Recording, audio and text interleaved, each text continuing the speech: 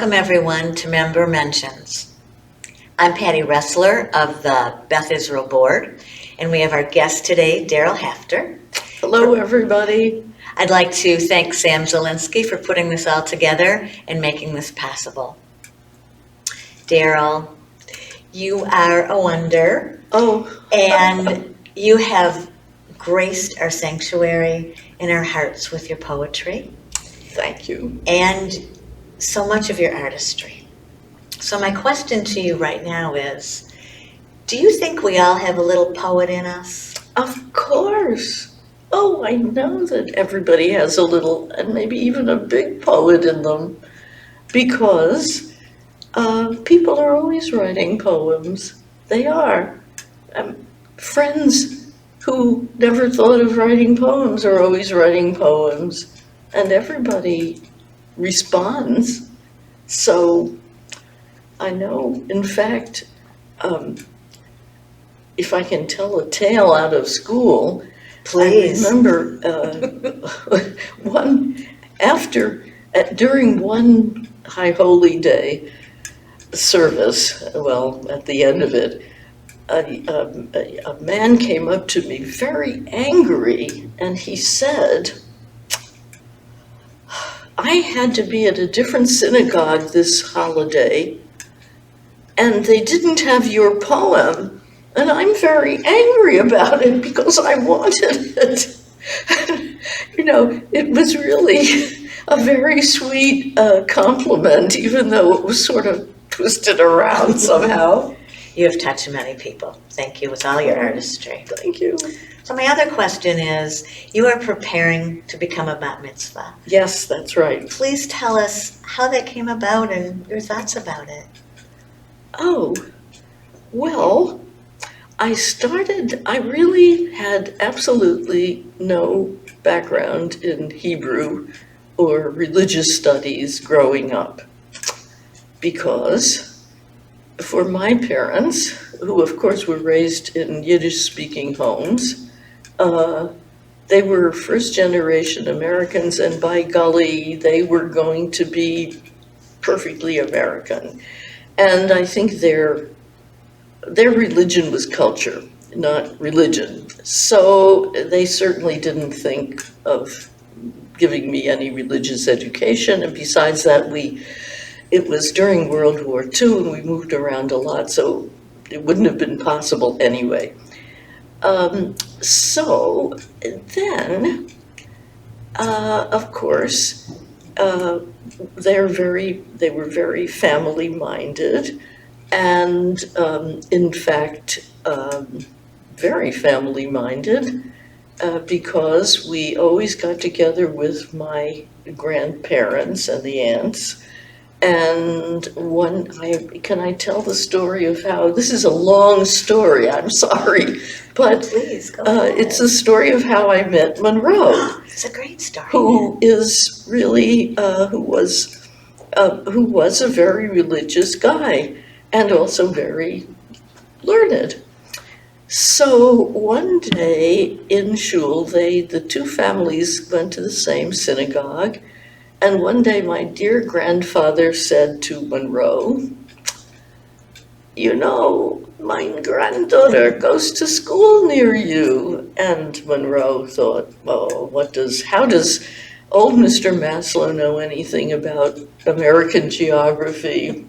But he did some research and discovered he was at Harvard and I was at Smith College, which is in Northampton, Massachusetts. So my grandfather said, you know, there's this fellow. And of course, my grandfather knew him from synagogue, and he knew he was a synagogue goer, and I thought, oh, this is going to be terrible, but I'll give my grandfather one. So I met Monroe, and as a matter of fact, our first date was going to a jazz concert, which was really pretty wild. Anyway, one thing led to the other, and as my grandfather said, when someone asked him, how did you know that they'd get together? He said, well, she's got books, he's got books, they'll put the books together. And so we did. It's wonderful. So anyway, so that, now I knew that one of the things I loved about Monroe was that he really knew a lot about Judaism, and he wanted to go to shul, and he did, and I came too.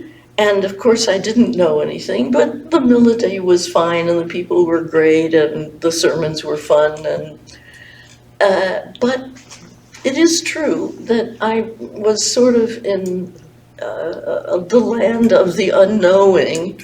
And finally, after my darling husband passed away, I thought, maybe I'll learn some Hebrew. It would be interesting.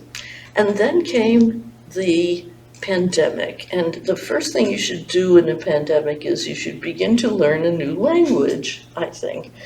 So, fortunately, my dear friend Lily Layden is very good. She knows a lot of Hebrew. She was married to an Israeli, and she is a patient, very patient, and loving friend. So I started studying with her. And, I was learning. And I was learning and learning, and then we would have these conversations, and it was wonderful.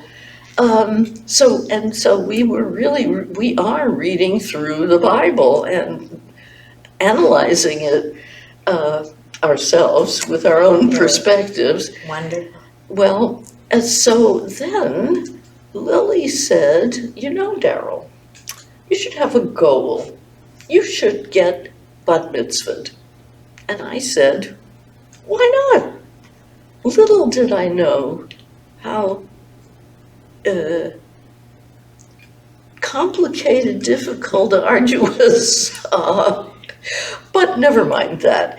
And my friend Ellen Schwartz, with whom I taught at Eastern Michigan University, we are very close. Since we're both only children, we decided we're really sisters. Oh.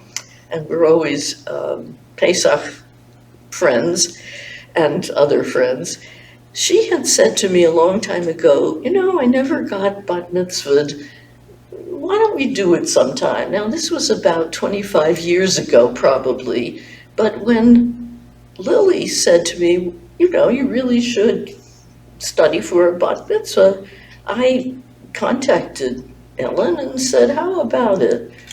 And she said, that's fine, but. And I said, nonsense, we'll just do it.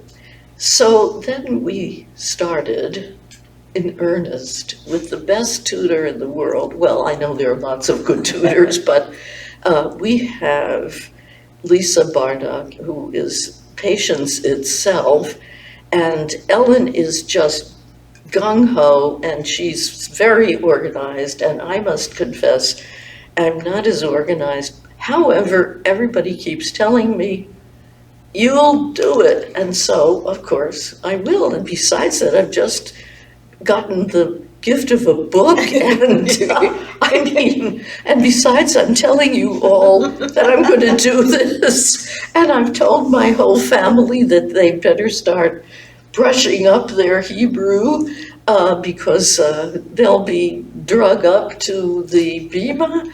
So I guess I'm going to do it. And I rely on my wonderful congregation not only to be generous and forbearing, because I might make a mistake or two or more than that, but also I feel that the warmth and the camaraderie that this congregation has, I will feel it when I feel it all the time, but I will feel it when I'm standing up there chanting away, and I will just feel so supported that it will have been worth all the mistakes and the errors and the oh dear and I can't do it and let's forget about it and all of that. No, no, no. I will just take this warmth and good feeling, and together we will do my bat mitzvah. We'll get it done. You will, and we've heard it here, so That's right. we're all with you. And thank you for sharing such a beautiful story about meeting Monroe and how you got to this point. Something I always feel with you is the fresh air that you bring with you, Daryl. Oh. And thank you for bringing that always with you. Well, thank you, Patty. This is very sweet of you. Thank you all. Hope to see you soon.